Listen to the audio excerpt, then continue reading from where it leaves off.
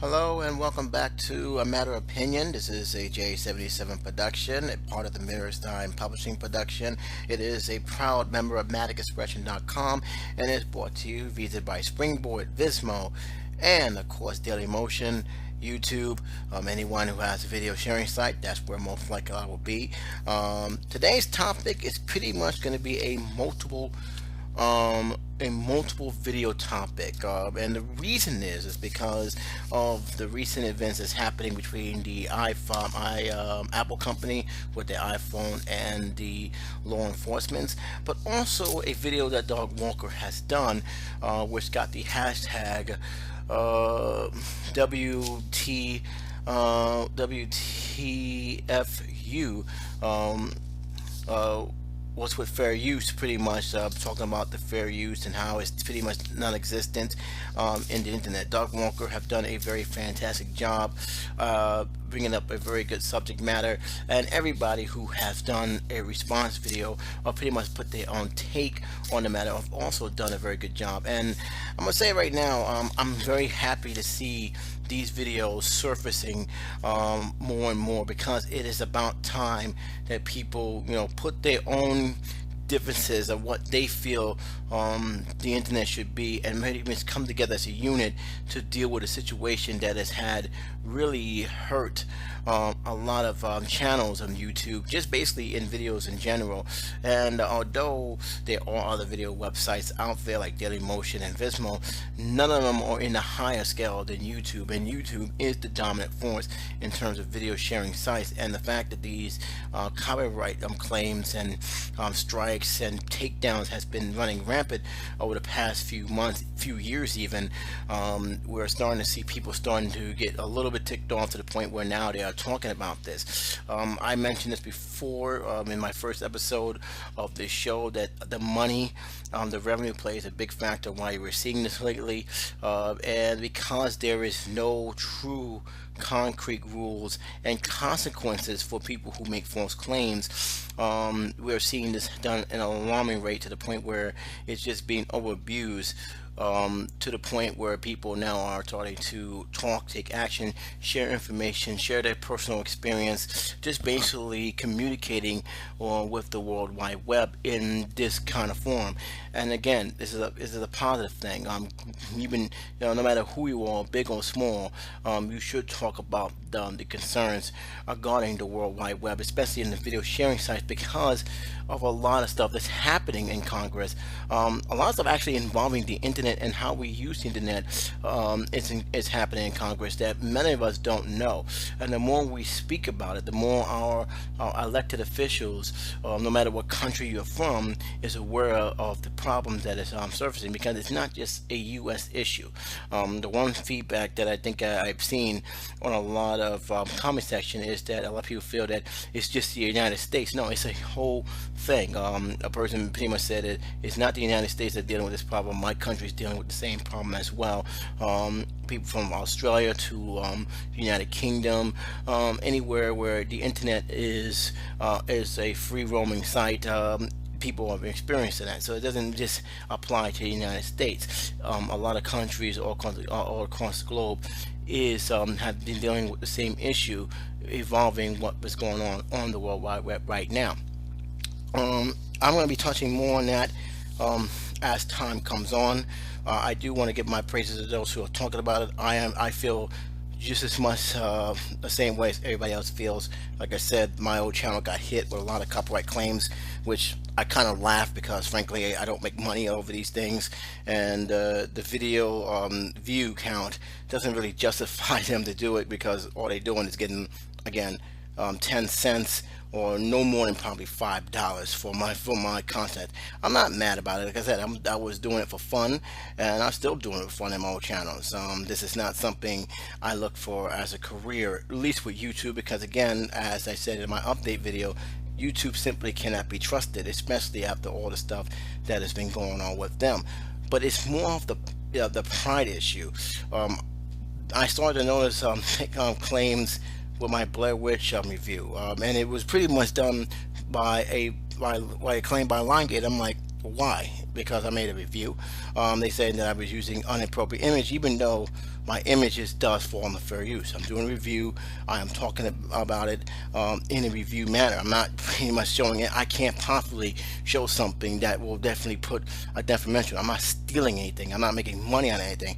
Yet it was hit, and it was pretty clear why it was hit, because I made a review of a Blair Witch movie that I didn't like, and they wanted to shut me up. Even films like the Rocky series, the entire series was hit with copyright claims, which makes no sense because none of the movies, none of them had any kind of footage whatsoever. Just skits of each of different scenes in a wide variety, and they didn't stay for too long. Yet again, these copyright claims come out of nowhere. And I'm pretty sure Sylvester Stallone is not doing it, but you have studios just hitting left and right, and it's all because not because I'm stealing anything, which I'm not, but because I had an opinion and they don't like it. Even though these movies from the flashback review are years old and probably doesn't have any much same power in terms of revenue, in terms of the box office revenue, than the movies that are coming out now. But yet they feel the need to take the claims, and these are the issues that's happening. Even something that is purely mine got hit with a copyright claim.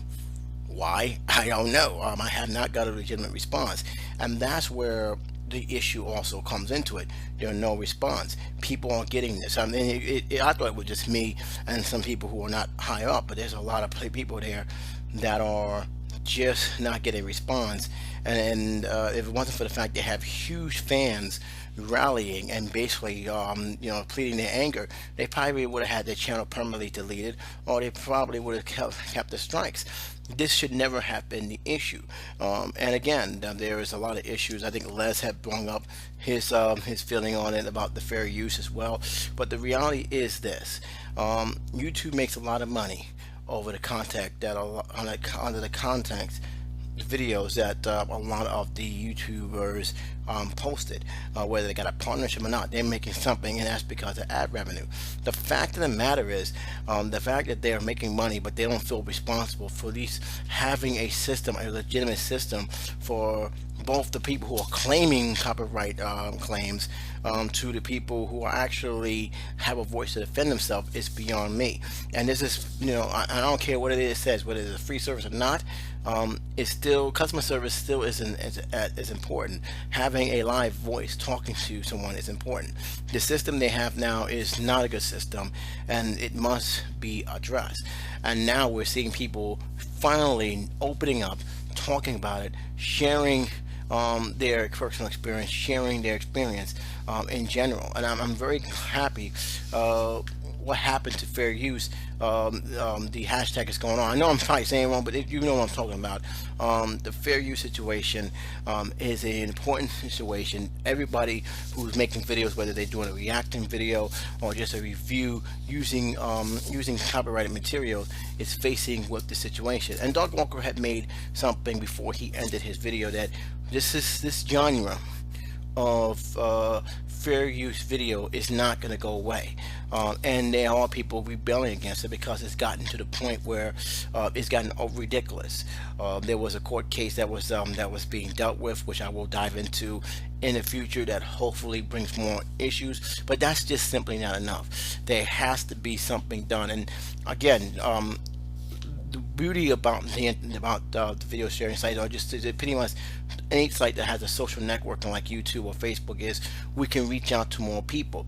Decker Shadow brought up a very good point about context rights, contact laws that help the contacts like myself, like Decker Shadow, like everybody else. Because, like I said, Mad Expression, we lost a couple of guys, not because they wanted to leave Mad Expression, but because their channel got striked to oblivion.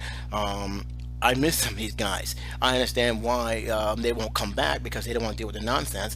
And Blint, of course, is another factor, though long as this.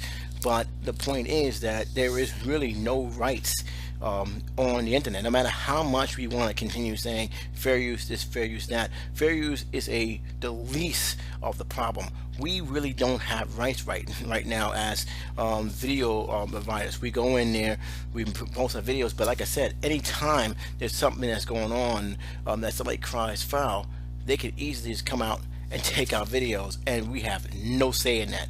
They have the power. There's no reason for that, and that is the main issue. So there has to be some grounds to be done to help protect us, as well as even even the contact the people who are claiming these rights, because it has to go both ways. It has to be even key. It has to be due process.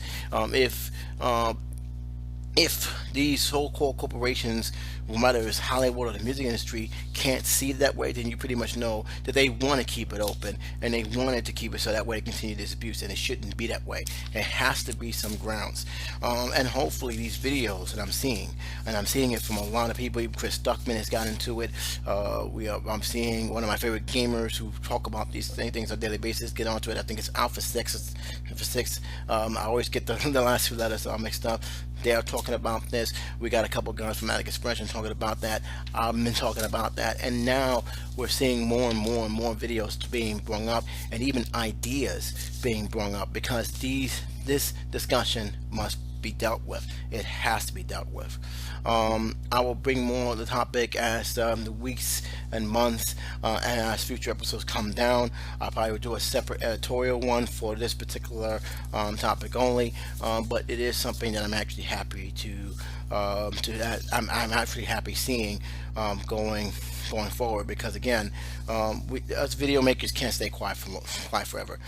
Just like Sopa, just like people, we spoke out, we raged, we made our voices be heard, and believe me, the more I make our voices be heard, the more they will listen, and the more changes can be done, because Google can ignore it for so long. When they start hearing enough people rapping and raving to the point where if they feel it's going to jeopardize their bottom line, that's where they start to really make the change necessary to fix the system that is clearly broken. But again, this is going to be a continuing topic that I will be discussing on this podcast, because it's a very important topic. It does involve the internet. It does involve the World Wide Web. It does involve the social network, but it involves the future of entertainment, which for some reason a lot of people in Hollywood seem to be rebelling, where there's just no turning back. The internet is the new way of entertainment. Nobody gets their entertainment from standard television or movies anymore. There's other means out there, and even Hollywood knows that, because streaming has become a big thing. Amazon, Netflix, Hulu, this new trend that's going on now is big, and it's going to be here. It's going to be here to stay, and Hollywood needs to come with the changes, as well as understanding that by doing what you're doing in terms of sensitizing, shutting off people's channels, bullying them, trying to muffle their freedom to spread their opinion of something, you're only going to make matters worse. It's only going to make you look bad. It's only going to make the masses of the video sharing site rebel against you even more, to the point where you may end up losing the fan base of your fans. And if you think I'm kidding, ask how the Fine Brothers have been done during that last 2 weeks. Even though it slowed down and they pretty much got back to normal, they had to learn the hard way that people don't like when you're trying to control something like that. They just don't. Now let's get on to the main topic here. And this main topic, again, we'll have multiple videos talking about this, because I actually been keeping tabs on the iPod versus the government situation that was going on for a bit of part of 5 days. I felt this was a very important piece to follow, especially within the World Wide Web, and especially in how we get our information in the World Wide Web and share information in the World Wide Web. I have actually took it upon myself not to look up information on the internet, but to go to my local public library to do research, to actually see similar cases. And I'm going to let it right now out there right now. This is going to be an ongoing thing I'm going to be discussing, involving how our information is shared in the World Wide Web, because a lot of people out there who don't follow politics don't realize that a lot of stuff has been discussed in Washington that is not televised or not mentioned in the news. This is something that drives me nuts about the media. Media seem to pick and choose what they feel is important, or what they feel that people should know, instead of what we have to know in terms of being up to date of the new laws and discussion that may create future laws about how we get our information and share our information through the World Wide Web in the future. And there's a lot of cases stemming towards since 2013, even beyond that, about the stuff that's happening right now with Apple. In case you don't know what's going on, there was a lot of issue involving the government trying to get over the encryptions to get information that they feel may be crucial to not only prosecuting those responsible for terrorist act in this country, but to actually get information that may be key to stopping a terrorist act in the future. This has led to pretty much butting heads with Apple. Now, Apple flat out says, we're not going to give you make a system that that will allow you to easily hack in, because the main issue here is, and it is an issue, no question about it, is about creating a program that will allow the government to hack into the phone using a special backdoor program, a backdoor encryption key, if you may ask, going in there to gather information, must need information. The reasoning for this is, again, they want to gather as much information and evidence necessary to prosecute and prevent terrorist activities. Apple saying no, it will jeopardize the integrity of our security, especially the ability to protect their customers from getting hacked in future references.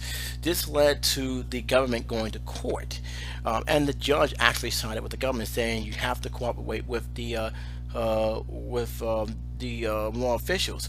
Well, guess what Apple said? They said, hell no, we're going to go to high court, and just laying it out right now. They may end up going to the Supreme Court, where a lot of stuff may be thrown out there, and the Constitution may actually be put into play, and whether or not they have grounds to not abide by the government situation. Now, this works twofold. I have opinion on both sides of the matter. I had opinion on some stuff that actually led me to actually do research on the laws that governs the states and the federal constitution, which I will be talking a lot more frequently on this channel, as well as other channels, and all three of my channels that I have going on right now, and also to really start digging in on internet related cases that are had or still currently being fought in the higher courts. It's very important that I do this research, because again, you want to gain knowledge, you want to have a better understanding of what's going on, and you most importantly, you want to have an understanding of where both sides are coming from. Now, I'm going to say right up the bat, there are a lot of things that bother me with Apple and how they have been handling the situation, but at the same time, I actually understand why they are feeling this way. Let's keep it real here. The government does not do a good job of keeping their secrets guarded. It's been proven time and time again with the situation with Hillary Clinton's email, which is a big deal, even though a lot of people say, oh, it's a political move. Maybe, but it's still a big deal that a government official will use something where anything goes so carelessly like that. Keep in mind, and it's something I'm going to be bringing up as well here, is when you give your information out there, it's out there. You don't have that protection. That's the thing that I think that Apple is perfectly well aware of. You have a government who can have something that if not guarded correctly, can be used to hack into other people's information and personal information. Apple's already had faced some problems with this in the past. They don't want to go through that again, especially since our iPhone, and I'm going to call it like it is no longer a phone. I don't consider any kind of phone like that, smartphone or whatever, a phone. It is what it is. It's a mobile device designed for other things, and the phone, as I like to call it, is pretty much the last thing you probably will use. I mean, it's a portable internet computer in your hand, and with that situation, there comes a lot of great risk. Yeah, you can listen to music. Yeah, you can actually look at YouTube and all that other stuff. Yeah, you can do all sorts of things, buying tickets and everything else. But at the same time, you're giving something that is very sensitive, your personal information, and the last thing Apple wants to be held accountable for is them losing your personal information. Here's a perfect example of that. You remember PlayStation? PlayStation has been hacked. A lot of personal information has been gone, and PlayStation was so Sony, who runs the PlayStation site website, has had a serious situation where not only were they hacked, it took them days to inform anybody that their information may have been compromised. You know how many people who use their descriptions, how many people play their games, and for them to find out that their information, which has their accounts, probably their credit card numbers, probably their personal information, that could be used to make fraudulent accounts, and charge hundreds of thousands of dollars worth of items and merchandise under their name, and the fact that PlayStation didn't tell these guys until days later, that's a problem. That's a huge problem, and they got a huge backlash for that. Also, the government has been known to be hacked a few times, and personal information has been given out. The IRS has been dealing with the situation where their personal information has been compromised. This is something situation that the United States government has been dealing with, and they have not had a full grasp on how to prevent it. Hackers are very, very, very, very sophisticated, but also very dangerous, and they strive on breaking codes and going after personal information. So that I can understand why Apple will be this paranoid. I understand why Apple would not want to create a system like that against their own product, when they know that same system could be used, if given the wrong hands, to pretty much create a devastating, almost irreversible effect, where millions of people, personal information across the globe is compromised. They don't want to do that, and that's why they're so damn defiant on making sure that doesn't happen. Now, on the other hand, one may wonder why, if there is a suspect who is already in custody, who's even convicted of a crime, why would they be against that? The person is in jail. All they need to do is just open the door for them to go in, so they can gather information, or give the information to their personal data. If there's a warrant to do so, why are they so defiant? And the question comes in, how much power do Apple, as well as the other people who is in that smartphone industry, have? And this is a thing that many people are not very happy with, because they feel they're muscling their power, abusing their power, and people are saying they don't have the right to tell the government what to do. They are not above the government, and how dare they be so defiant, especially when the government is trying to protect us from a possible another terrorist attack. I will get evidence that will convict these people for committing acts of terror in our soil. This is the argument that we're seeing. There are both sides to it. And listen, I hear the cry to the families, and the outrage to the families, to the victim families. And trust me, I understand that.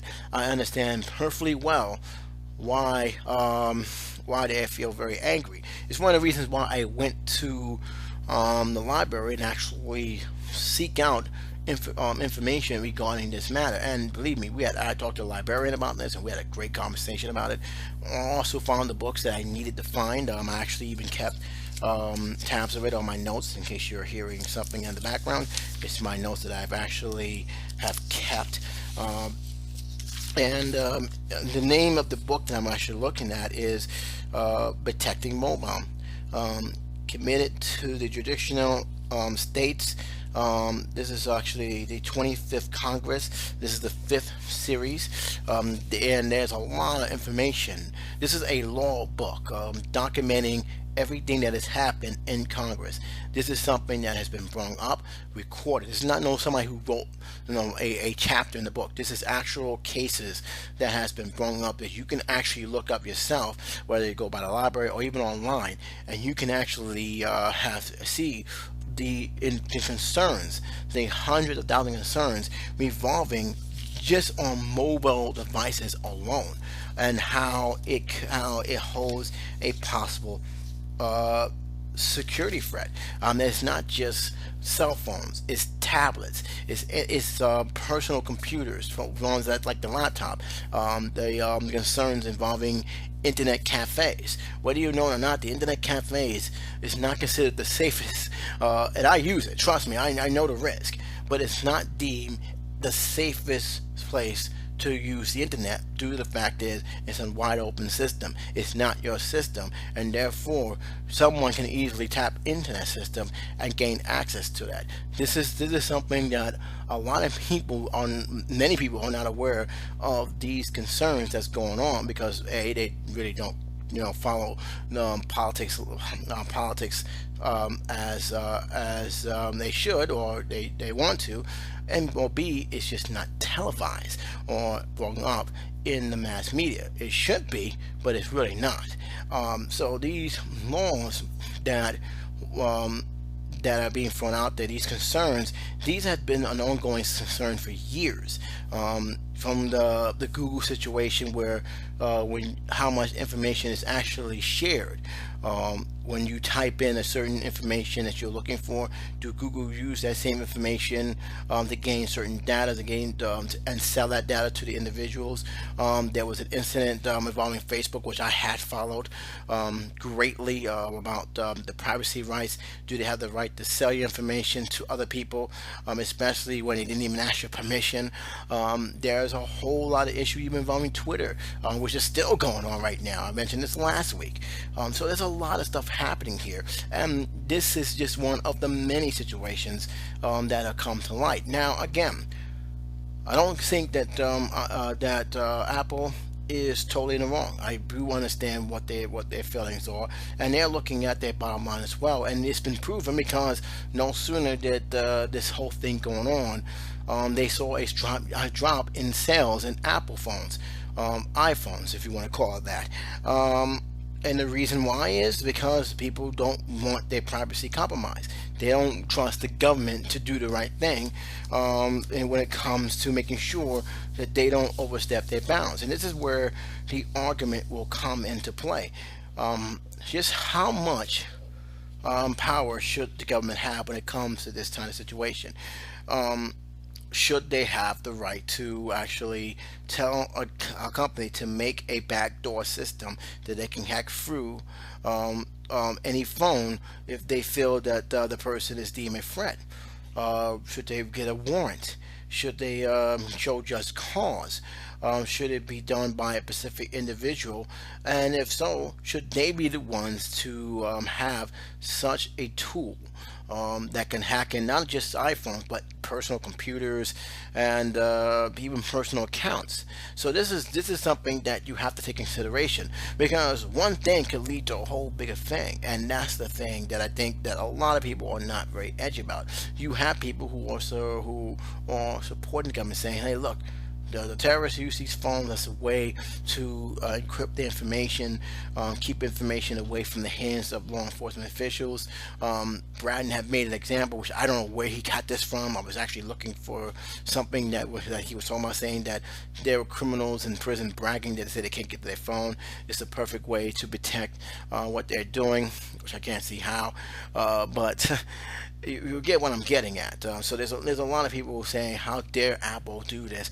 Who do they think they are, thinking they're higher than the government? Who they think they are? Compromising the safety and well-being of the American people." I don't think that's what they're doing. I just think they're protecting their bottom line, as well as ensuring that, hey, we don't want to, in case anything goes wrong, we don't want to be the ones that compromise millions of information because of one government official negligence. And trust me, it happens a lot. Let's keep it here. And something that I have found out when I was in the library a few hours ago. I found out two things. I found out that they're all stuff that regulates companies in terms of how they to protect their privacy and how much they will be held accountable for privacy being leaked on the internet, being hacked. When stuff like that does happen, it is the responsibility of the companies to inform the subscribers, those who have ordered, purchased stuff through a credit card, et cetera, to inform them that, hey, your information has been compromised. You need to check it out. You need to make sure that there's no funny bits going on with your account, and we will. And it's their responsibility to fix the matter ASAP.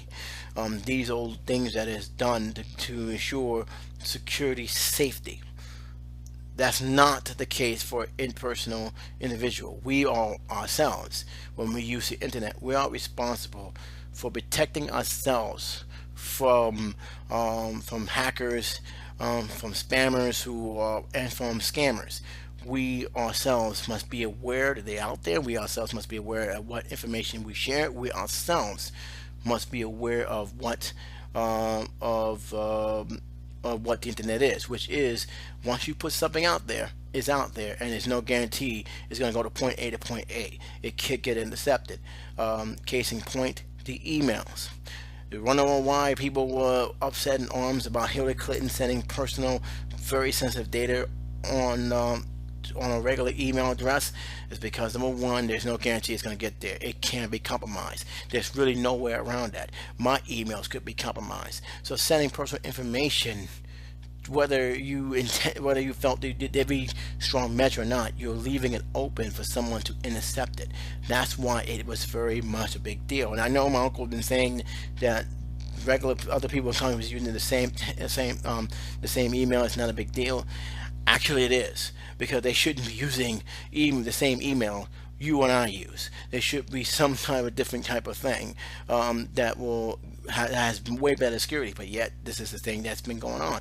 And even though a lot of people point out again that this was nothing more than a political thing to as a smear campaign against Clinton.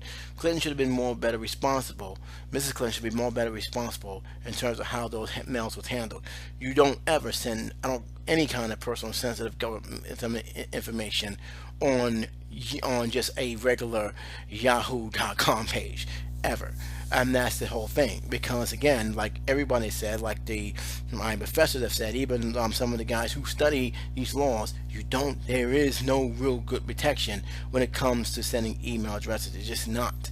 And that's the reality. Spam comes in there, and even though Google has trying to do a good job of separating spam, even though Yahoo have tried to do a good job, and they know how to separate the spammers from the actual mail. There's just no real way you can actually protect what you send online. They're just not. They're out there. There's no guarantee that someone can intercept it, take the information, and then send it away, not you knowing that their mail has been compromised. That's the big issue. So yeah, they are concerned about that. Yes, they should be concerned about that, and yes, we all should be concerned about that, because it is something that could have very strong precedence if this in fact goes to the Supreme Court. And again, Apple's not the only one that's facing this situation. There has been cases, and I'm going to be talking about this in future videos about how we purchase things on the internet and how much information we're using and whether or not it is being protected. As you know, we live in an age where you can buy stuff on your smartphone.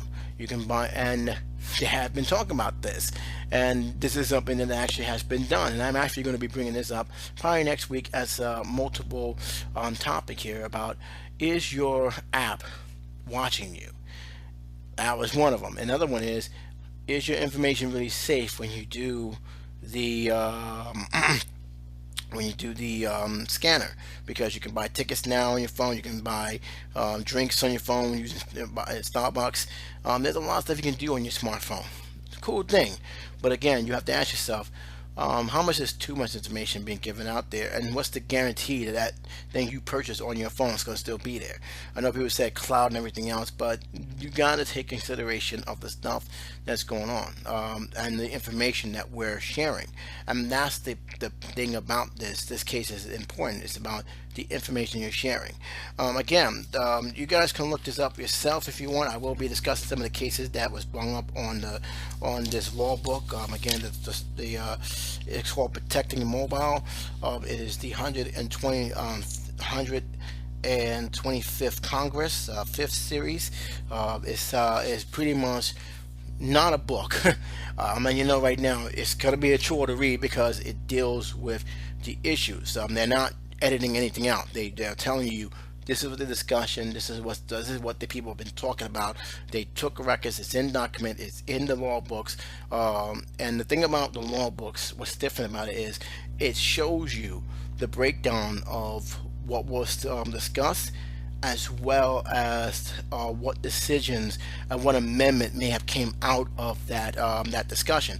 Because once these things can make precedents, they will decide whether or not they should make an amendment or rule to better protect us, the people, those who are in small and big businesses, or both. And this stuff has been going on for years. They've been gathering information, gathering feedback on the concerns that has been happening by people using the World Wide Web. And it is a major concern because we're not just using the World Wide Web, of course, to look at YouTube videos or post up on Facebook, Twitter, Instagram. We're also using the internet to buy stuff. We're also using the internet to get apps. And the more we get the stuff, more we use the internet for those things, the more information we're sharing with others. And you got to be careful what you share with, because not all sites believe in keeping your things private. Not all sites have the best security. Not all sites tell you that they're actually giving information about what you're buying, how you're buying, who you're buying for. One of the major issues, which I will talk about again, is survey sites. I advise you to stay away from that. And the reason why I say it is because survey sites are nothing more than spam for hire. You basically survey, do you like Pampers? Do you like which detergent you like? And next thing you know, you're looking at your Yahoo email. You have almost 3,000 plus spams on your thing because you fill out a survey, which was actually a way for them to actually flood you with all this stuff that you don't need. And it can actually come very dangerous, not only for your computer, but just basically for your account on whatever mailing service you use. So be mindful of that as well. That was an issue that people are constantly dealing with, and to the point where people are starting to say, don't, if there's a survey that even looks like that, and you know where these surveys come from, they say you want a computer. All right, just fill out the survey. You're almost done. Just fill out the survey. You're almost done. And next thing you know, you're not getting the computer because you got to buy something. That's the catch. That's the scam. That's the hook. And then when you say no, you can't complete it because you're not buying anything. So basically, you didn't win that computer. And guess what? You find out that your email is filled with junk mail that you had no intention of having, but because you filled out that survey, which is not a survey, that's what happened. So keep that in mind. Well, that's all I got to say for now. I want to read something here that I actually wanted to talk about. I will read it again because I think it's something that I feel that that is necessary, and I will bring up why I bring this up, because it's very important to understand this. This is something from the Declaration of Independence, a book I read in the library. Yes, I also looked that up too, like I said, and I found something very, very intriguing. I'm actually gonna pull a frame on this because the words here speaks to why I take what goes on in politics very seriously. And now with the World Wide Web, we all need to take politics very seriously. We all need to know what our government is doing. This is from the Gettysburg Address, the great Abraham Lincoln, and this is what he had said in the Gettysburg Address. This is I ain't put all of it, of course, but this is something that that it pretty much speaks to the situation we're dealing with and why we need to take what's going on in our government very, very seriously, and really start speaking out and voice our concern, as well as making sure to keep our politicians, and remind our politicians, you represent the people, not these corporations, not the guys who has these big packs, but the people.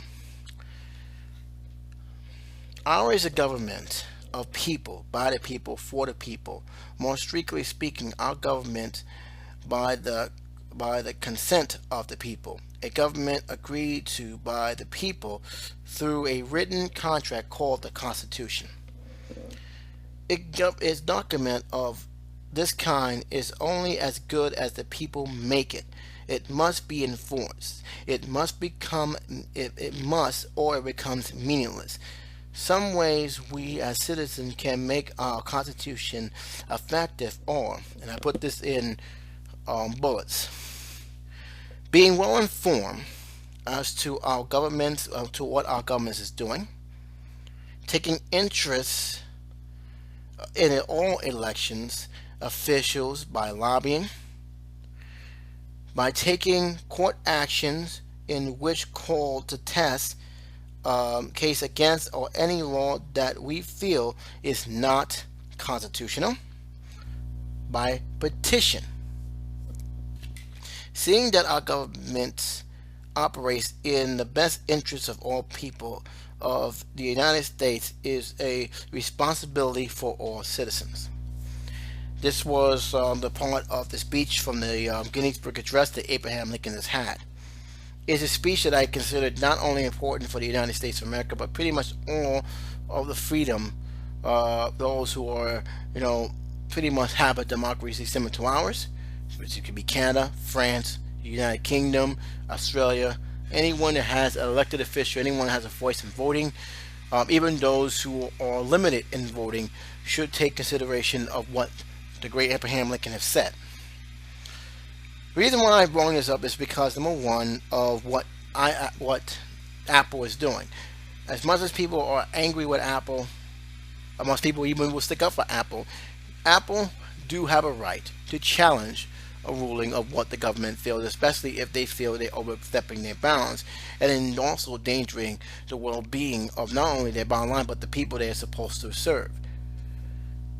Also, keep in mind that we, the people, are also just responsible for making sure our government doesn't overstep their bounds, and also our responsibility is to make sure we share an interest in what's going on with our government, with our country, which is something, sadly, that a lot of Americans in my country is not doing right now. A lot of Americans are dealing, or are too many focusing on their own self and their own bitterness. They're not realizing the actual stuff that's happening in Congress, the stuff that's coming to law that could affect them on a daily basis, from the highest level to the lowest level, and that's something that needs to change. Keep in mind the Constitution is only good as we make it, which is true. If we constantly trample on the very thing that we consider to hold dear, the constitutions do become meaningless because we're not following what the Constitution has helped govern us and help keep us free. These are things I take very seriously. It's also one of the reasons why I have actually written down and looked up the exact wording of the First Amendment, and the reason why I will discuss that in a future video. But this is one thing that I felt the need to talk about. I felt the need that it was necessary to talk about. And why I feel that not just the United States, but pretty much all countries around the globe should also take consideration, because we have a lot of young people out there from ages 18 to 25 who are simply not involved with what goes on with the politics of our country, and they should. Because every day goes past, there's a law that could affect us in many, many ways. And the perfect example in terms of the internet, and nobody said, what the hell does that have to do with the internet? It has plenty. Because SOPA could have been a reality. PIPA could have been a reality.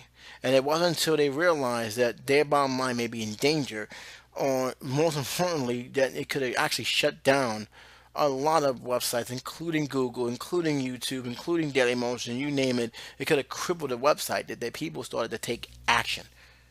And you see what happens when you take action, when you start informing people, gathering information, sharing information, educating people on the situation and the laws that they're trying to pass. Did you start seeing people saying, hey, this law is going to be more hurtful to us. You can't pass this law. And people always say, well, government don't listen. Yes, they do. They do. Trust me, they do. When you are in mass, they do. But this is the thing that I've seen. I said, wow, SOPA really didn't get passed because the people spoken. But we have to keep doing this, not just on this level, but on all the issues that has happened. And again, this is one of the reasons why I'm very happy to see these videos pop up, because it is a situation that is going to affect everyone. We are seeing that with YouTube, but it's affecting everyone. But just talk about that in the video is not enough. We need to let our governments know, hey, look, what you're doing could affect us in the future and not in a good way. And we as a people are just as responsible of being educated, being informed, and being aware of what our politicians who we elected in office, who we vote in office, is doing. And whether or not it is for the best benefit of our countries. And here's another tidbit is we, not them, are responsible for knowing what's going on. We, not them, are responsible of knowing what laws are being passed, what laws are being put to a vote, what laws are being considered. Like I said, there's a reason why I'm going to be starting bringing up a lot of the discussion that was done in Congress, because these things will eventually be a precedence for future laws down the road. And it could be a benefit for all people, or it could be a very, very detrimental towards the people. But the only way we can know for sure is that we become educated, be informed, share the information, and basically weigh in the pros and the cons. And also hold our Congress accountable when they try to push a law that they know doesn't have the interests of the people. That's it for the time being, guys. Again, this is a matter of opinion. My opinion is not the only thing that matters here. Your opinion as well matters. I like to hear what you guys have to say. It has been a very long video, but I had to cover a lot of stuff that needed to be covered. But again, this is also not just my video. It's your video. It's your podcast. It's important that you share your views and your opinion on what has been discussed here. You guys may educate me on the stuff that you guys have recently found out and leave links to me. Just like my friend Takun when she leave a link to Deca Shadow and his suggestion of an amendment that will protect us, the users of video sites, as well as basically anything in the social network that involves video or blog sharing. I was very intrigued by it. I was very happy he made that video. But guess what? I would not probably know that video existed because, like I said, my schedule is crazy. If it wasn't for the fact she leave a link, that's a good sign. That means we're sharing information to each other, and that's how we all not only learn about the situation, but we hear ideas that are being floated out there, good ideas that could be helpful. Like I said, nothing wrong with disagreeing with what I have to say. Absolutely nothing wrong. But let's have an open dialogue. Let's talk about why you disagree. So then I will respond to that. And I will respond to it respectfully and say, oh, I appreciate your respect, and I'll give you my feelings on why I feel this way. And let's have that open dialogue, because you never know. We may come to that middle ground where we both say, hey, this is a good idea. It's a good idea. Let's talk about it, and let's share with everyone else. It's all about communication. It's all about feedback. It's all about getting the voice out there. And I don't care if you're from the United States or Australia. When it comes to the World Wide Web, it affects us all. And we need to let our governments know that, hey, the stuff that's going on right now, it ain't helping anyone, including those who think what they're doing is protecting their so-called properties. So this is a lot of stuff that's happening there. A lot of stuff in terms of issues with how we use the web. And again, we need to be informed about what's going on, and we need to educate ourselves in terms of the laws or the future laws that will have that may come to part in what's going on. I said enough, gentlemen. I'm signing off. Again, thank you so much for sticking with me with this long video. And as always, if you guys have any feedback, put it in the comment section below. And until next week, guys, this is J77 saying take care, be safe. I'll talk to you soon. Bye-bye.